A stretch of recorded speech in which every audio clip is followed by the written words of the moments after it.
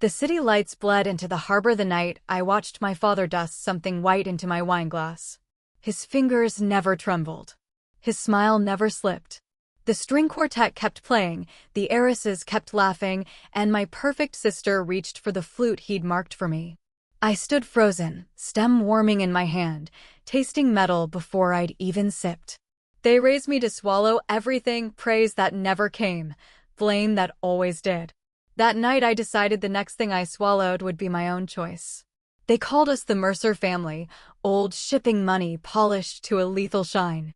Inside our marble mausoleum of a house, every wall was a shrine to Juliet.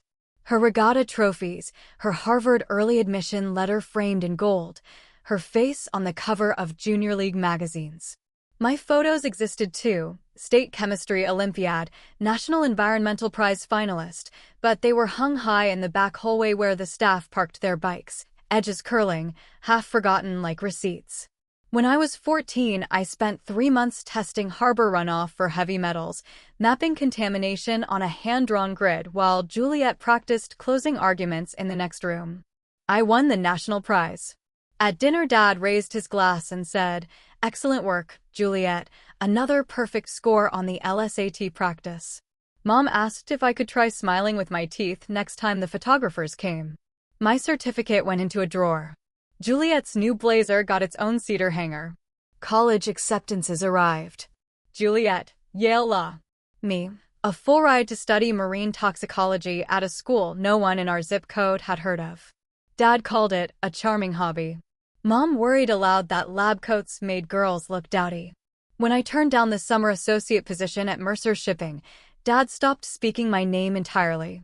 He simply said, "You'll fund your own disasters," and slid the black Amex back into his wallet like closing a coffin lid. The night of Juliet's engagement toast, Skyline Terrace, 300 guests, string lights dripping like diamonds, I needed air. I slipped into the service corridor for the staff restroom. That's when I heard them. "She gets the voting shares at 25, Mom hissed. "Next month. If those water studies go public before then, the board flips, the regulators crawl up our exhaust pipes, and 40 years of careful dumping disappears." Dad's voice was ice. "A short hospital stay buys us 90 days. The trust pauses for incapacity. Nothing permanent, just enough to keep her quiet." I pressed my spine to the wall, pulse hammering so hard I tasted blood. They weren't angry. They were scheduling. Back on the terrace, the waiter offered the family tray. Dad personally handed me the flute with the faint cloudy swirl at the bottom. Juliet laughed at something her fiancé whispered. I lifted the poison glass, smiled the way I'd been taught, camera-ready, harmless, and said, "Trade with me, Jules. Yours has more bubbles." She never noticed the switch. She never noticed anything that didn't reflect her first. 10 minutes later, the harbor lights blurred into sirens. Juliet dropped like someone cut her strings.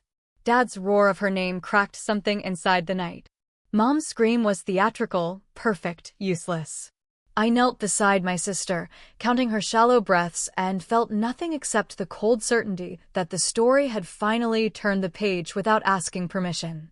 In the ambulance, I held her hand and memorized the way the city lights strobed red across her cheekbones. At the hospital, the toxicology chief frowned at the screens. "This isn't street belladonna.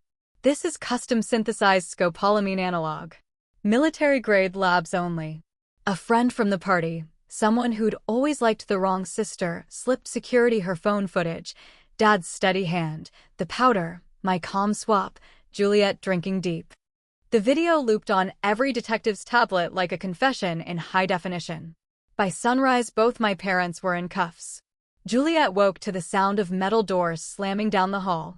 She stared at me, pupils still blown wide, and whispered, "You saved me." "No," I said. "I just stopped saving them." Federal agents took the lake house hard drives, the offshore ledgers, the falsified disposal manifests I'd photographed years ago when no one thought the quiet daughter was paying attention. The company hemorrhaged value by the hour. Reporters camped on the marina. I moved into the old caretaker's cottage on the North Shore with nothing but lab notebooks and the sound of water against stone. Months later, Juliet showed up unannounced, hair unstraightened, wearing my hoodie like apology. She sat on the dock and said, "I thought excellence was love." Turns out love was just obedience with better lighting. We didn't hug. We just watched the tide erase our footprints side by side. Some nights I still taste metal at the back of my throat.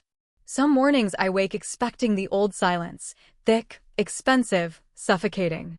Instead I get gulls, diesel from working boats, and the soft click of my own door locking behind me. They taught me obedience was survival. I learned survival is choosing which rules deserve to die. The city lights still shimmer across the harbor, but they no longer look like eyes watching me drown.